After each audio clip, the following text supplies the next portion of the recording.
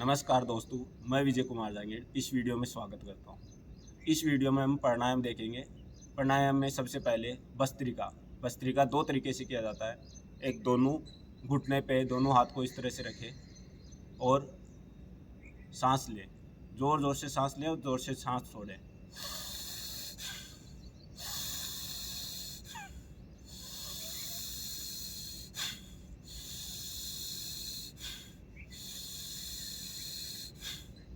इसमें दूसरा तरीका होता है कि दोनों हाथों को ऊपर कर ले और जब आपके हाथ ऊपर जाते हैं तो सांस लेना है और नीचे आते हैं तो छोड़ना है।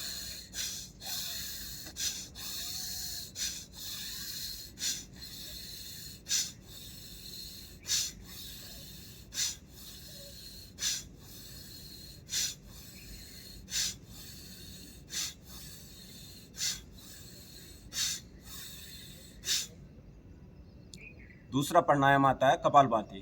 कपालभाति करने के लिए आप कम से कम कपालभाति 5 मिनट करें। इसके लिए आप लंबा गहरा सांस भरिए और फिर धीरे धीरे स्ट्रोक में उसको छोड़िए।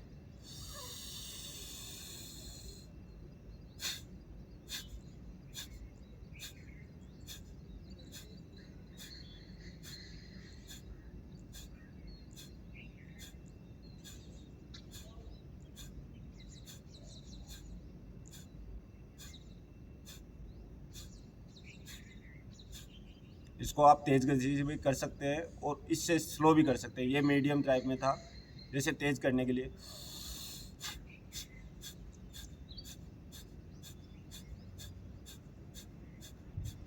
और धीरे में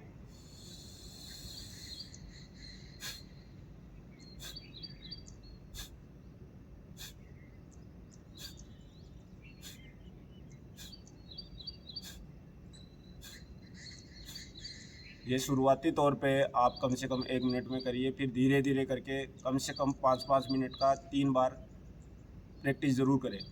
इससे आपका पेट मजबूत होता है और वेट लॉस होता है। इसमें आप अगर एक स्ट्रोक अगर बढ़िया से मारते हैं तो 1 ग्राम वेट लूज होता है। इसके बाद में आता है उज्जयी। उज्जयी के लिए आपको सांस लेना है, जिसमें ये गले के बीच में जो जगह बनी है इसके अंदर इसमें दर्द होता है। तो क्या है कि हमारे को खांसी आती है, लेकिन शुरू में आप करें तो थोड़ा थोड़ा करें, जैसे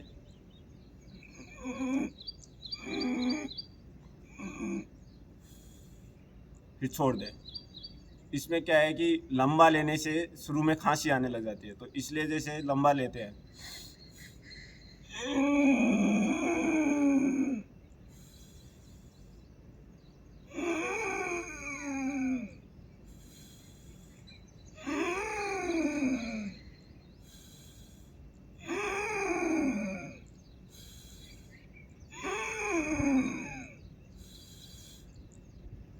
जिसको जुखाम और खांसी की प्रॉब्लम रहती है तो इससे ये ठीक हो जाता है। यहाँ पर इसमें दर्द होता है, तो जब शुरुआती तौर हो तो धीरे धीरे करें, जैसे मैंने आपको बताया।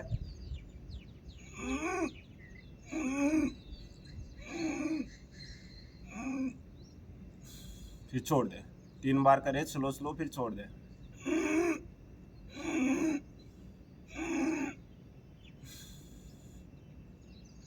इसके बाद में अनुलोम विलोम।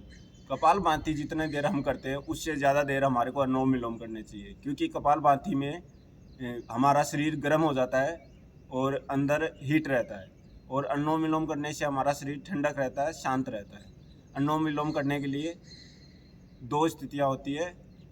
हाथ को दो उंगलियों को इस तरह से मोड़ें और ऐसे नाक पे लगाएं, और एक नाक को बंद करें और एक नाक से सांस लें, लंबा गहरा सांस लें,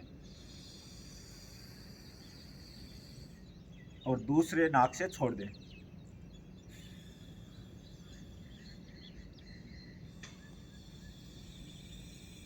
दूसरे से ले और दाहिने से छोड़ दें।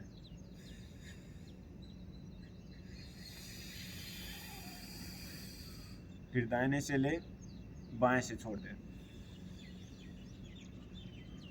इसी अनुलोम विलोम में एक आता है नाड़ी शोधन, दूसरा इसमें क्या करना है, आपको रोक के रखना है।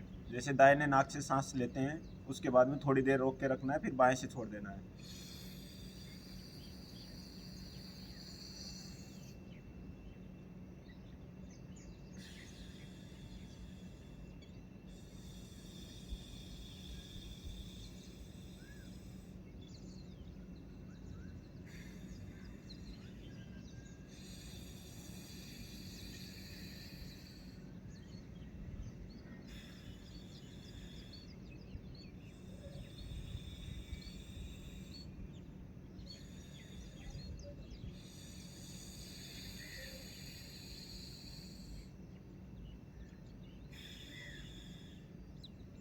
प्राणायाम करते समय आपको आंखें बंद रखनी है।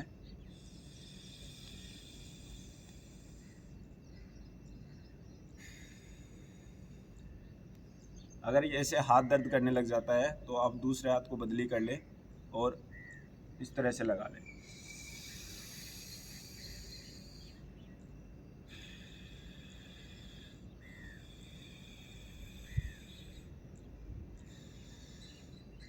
और ये देखा जाता है कि हम कपालभाति ज़्यादा करते हैं और अनुलोम विलोम कम करते हैं, इसलिए अनुलोम विलोम ज़्यादा ज़रूर करें। इसके बाद में आता है भ्रामरी प्राणायाम। भ्रामरी प्राणायाम के लिए आप हाथों को इस तरह से आंखों पे लगाएं। इसमें 2-3 तरीके से आप हाथों को लगा सकते हैं। इस तरह से 4 उंगलियां आंखों के ऊपर लगा लें और अंगूठा कान के पास रखें। इसमें क्या है कि सांस लेने के बाद में कान को बंद करना है, फिर भंवरे की तरह उसको आवाज़ करते हुए आपको सांस छोड़ना है। यह भ्रामरी प्राणायाम होता है।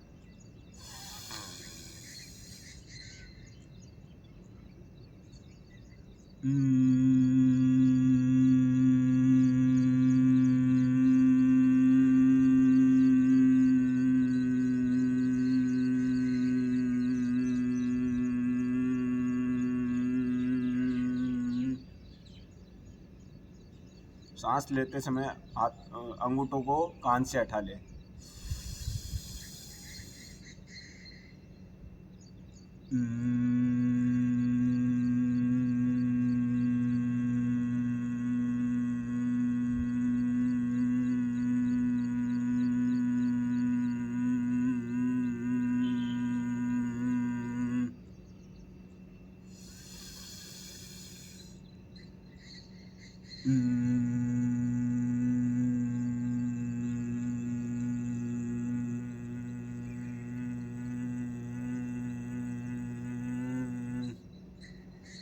दूसरी तरीके से हाथ लगाने का तरीका, 2 उंगलियां आंखों पर, एक नाक के नीचे और सबसे छोटी वाली उंगली ठोड़ी पर। इस तरह से आप लगा के भी भ्रामरी प्राणायाम कर सकते हैं।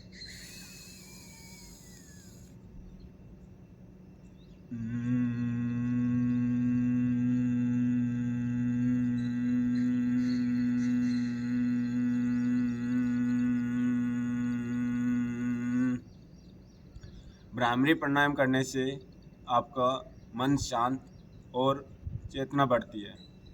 और भ्रामरी प्राणायाम से आपका चेहरे का तेज बढ़ता है। और इसको करने के बाद में सदैव आंखें खोलने से पहले हाथ को इस तरह से घर्षण करें। जब तक ये गर्म हो जाते हैं तब तक रगड़ते रहें। फिर धीरे से इनको आंखों पे लगाएं और चेहरे पे लगाएं। फिर हाथों को इस तरह से रखते हुए अंदर अंदर आंखें खोल लें, फिर धीरे से हाथों को हटा दें। कभी भी भ्रामरी प्राणायाम करने के बाद में सीधा आंखें न खोलें। इसके बाद में आता है ओम का उच्चारण।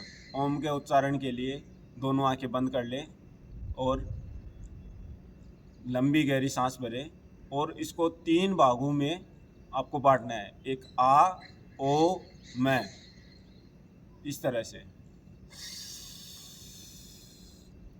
आ,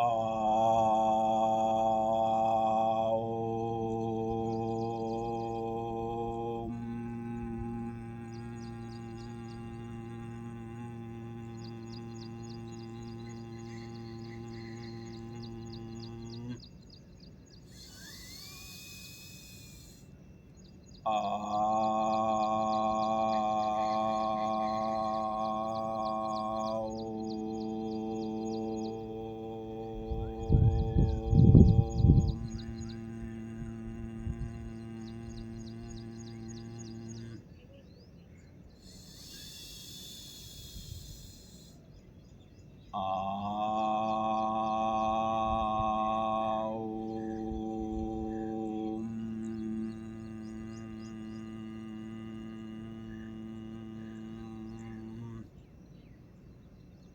ओम का उच्चारण करने से आपको मेडिटेशन करने में बहुत लाभदायक है। इसके द्वारा आप मेडिटेट इजीली कर सकते हो। ओम का उच्चारण करने के बाद भी अगर आपको जब आंखें खोलनी हो तो हाथों का घर्षण करें, उसके बाद में ही आंखों को खोलें। इससे आपकी आंखें भी तेज़ हो जाती है।